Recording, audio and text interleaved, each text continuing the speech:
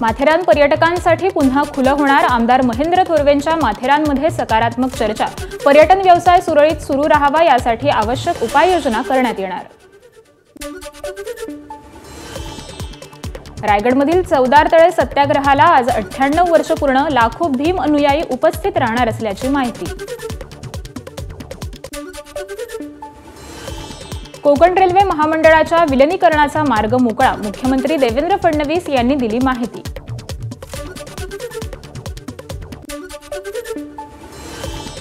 अमरावतीत सुरू होत असलेल्या विमानतळाला भाऊसाहेब देशमुखांचं नाव देण्यात यावं. फुले शाहू आंबेडकर भाऊसाहेब देशमुख फाउंडेशन तर्फे राज्य सरकारकडे मागणी. रायगडच्या मांडवामध्ये सागरी पोलिसांकडून झालेल्या विनयभंगा प्रकरणी आरोपीला शिक्षा. मुख्यमंत्री देवेंद्र फडणवीस यांच्याकडून अधिवेशनात दखल. बीडच्या अंबेजोगाईतून आणखी एक हाणामारीचा व्हिडिओ समोर. मारहाणीचं कारण अस्पष्ट, मात्र पोलीस ठाण्यात अद्यापही गुन्हा दाखल नाही.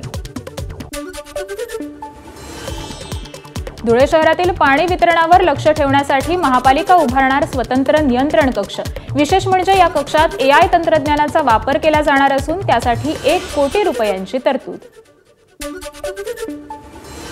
कराडच्या सह्याद्री साखर कारखान्यात माजी मुख्यमंत्री पृथ्वीराज चव्हाण समर्थकांचे अर्ज वैध, तर पुणे प्रादेशिक संघचालकाच्या 9 अर्ज वैध असल्याचा निकाल दिला. सत्ताधारी गटाचे विद्यमान संचालक मानसिंगराव जगदाळे यांचा अर्ज ठरला अवैध. करमाळा तालुक्यातील सध्या बंद असलेल्या आदिनाथ सहकारी साखर कारखान्याच्या निवडणुकीसाठी 272 अर्ज. ऊस गाळपाची अट शिथिल झाल्यामुळे सर्वच उमेदवारांना मिळाला दिलासा. वाशिमच्या जवळका गावाजवळ ट्रकनं रस्त्याच्या कडेला उभ्या असलेल्या दुचाकीसह गायीलाही उडवलं. ट्रक चालकाला जवळगा रेल्वे पोलिसांनी घेतलं ताब्यात. नागपूर संभाजीनगर जुन्या महामार्गावरील घटना. ऑल इंडिया पॅन्थर सेनेचे अध्यक्ष दीपक केदार यांनी घेतली विकास बनसोडे कुटुंबियांची भेट. आई वडिलांचं केलं सांत्वन. काही दिवसांपूर्वी प्रेम प्रकरणाच्या संशयातून विकास बनसोडे याची केली होती हत्या. हिंगोली जिल्ह्यामध्ये वाळू माफियांचा महसूल पथकातील तलाठी कोतवाल आणि अन्य कर्मचाऱ्यांवर लोखंडी रॉडनं हल्ला. तलाठी नागनाथ राऊत यांच्या डोक्याला गंभीर मार. आरोपींवर कारवाईची मागणी.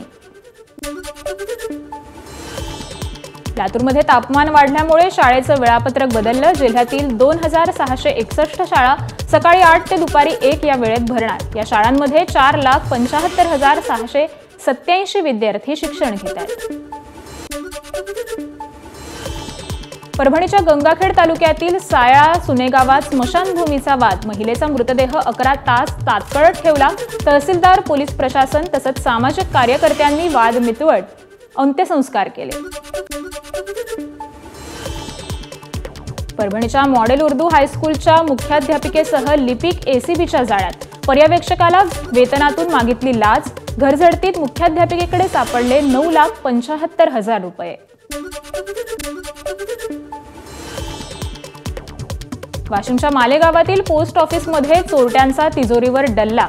मात्र तिजोरीत रक्कम नसल्याने चोरट्यांची मेहनत गेली वाया. पोस्ट ऑफिसमध्ये CCTV नसल्यानं पोलिसांचा आरोपीचा शोध होतोय कठीण. बारामतीमध्ये मॉर्निंग वॉकला गेलेल्या वृद्धाचा वाहनाच्या धडकेत मृत्यू. पोलिसांनी चालक सुनील शेंडके विरोधात केला गुन्हा दाखल. चिपळूणमधील गोवळकोटमध्ये वशिष्ठी नदीत पोहायला गेलेला 15 वर्षीय मुलगा पाण्याचा अंदाज न आल्यामुळे बुडाला.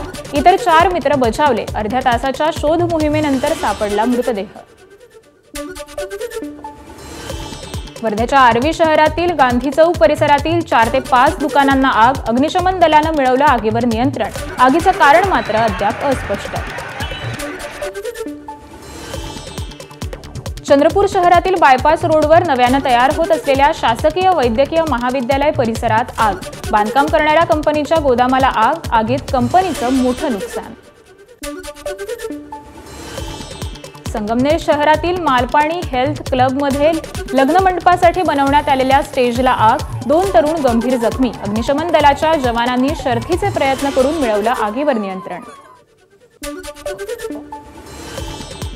विठ्ठल रुक्मिणी मातेच्या पूजेची 25 मार्च पासून ऑनलाईन बुकिंग सुरू होणार. कार्यकारी अधिकारी राजेंद्र शेळके यांची माहिती. या पूजा 1 एप्रिल ते 31 जुलै या कालावधीत असणार आहेत. परभणी जिल्ह्यातील शेतकऱ्यांना 7 दिवसात 25% अग्रिम पीक विमा मिळणार. आयसीआयसीआय लोबंडी कंपनी अग्रिम रक्कम देण्याची दिली लेखी ग्वाही. 7 लाख शेतकऱ्यांना मोठा दिलासा. रायगडमधील श्रीवर्धन तालुक्यातील हरिहरेश्वर मारळ समुद्र किनाऱ्यावर ऑलिव्ह रिडेल कासवाच्या 89 पिल्लांना समुद्रात सुखरूप सोडलं. 100 अंड्यांचं करण्यात आलं होतं जतन.